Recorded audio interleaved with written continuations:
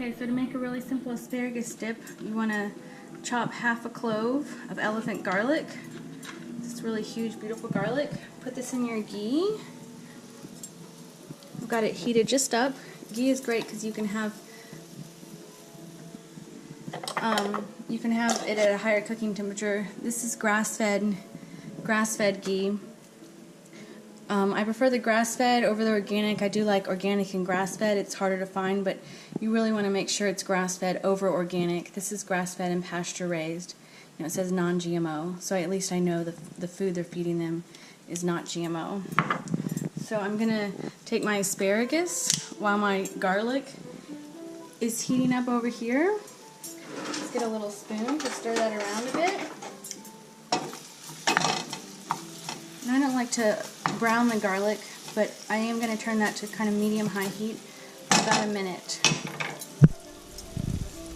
And then with your asparagus, you can chop off the ends, but the best way to do it is to break it, and you don't have to do one at a time. They actually break naturally where they're no longer tough.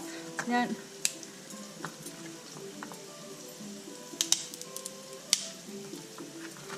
Asparagus is a great source of betaine, and it helps work in the methionine cycle so that you can push methionine to produce the antioxidant glutathione. So I'm going to add this right on top of my garlic that I'm cooking. Normally I would just cook asparagus really simply with water in the bottom of a pan and make it steamed. You know, occasionally or once a week for a special occasion I'll do something like this. And I'm going to cover it for a few minutes after I add some lemon juice.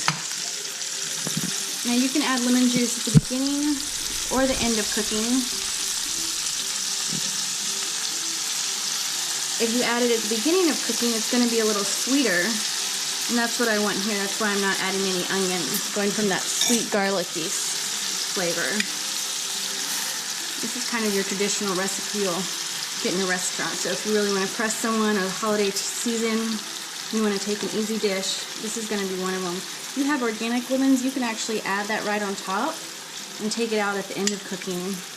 It'll add a touch more flavor.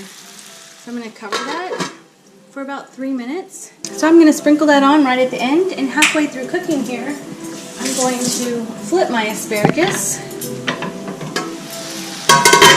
See how it's already bright green? I'm going to kind of flip that, turn this up.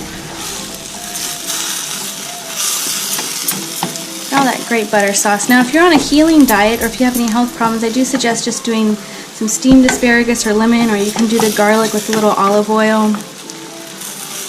But the ghee, if you're moving away from dairy and you want a healthier option than butter, grass-fed ghee is definitely a fantastic option. It's also appropriate for women who are pregnant or breastfeeding, or if you're trying to get pregnant. It has certain factors. In some countries they save the ghee only for those couples trying to get pregnant. It can be scary, or that can be really helpful to you. Okay, well that's it. I'm going to cover this up for about 30 more seconds for a total about a minute and a half. You can do a minute and a half or 2 minutes, however you like. So I have some of this beautiful little tarragon, and I'm going to show you how to chop it up. You can put a lot or a little bit, however much as you like. Tarragon is a wonderful herb that I think is really underutilized. It's got a fresh licoricey lemon taste, but the idea of licorice, don't let that turn you off. It does have a distinct flavor on its own.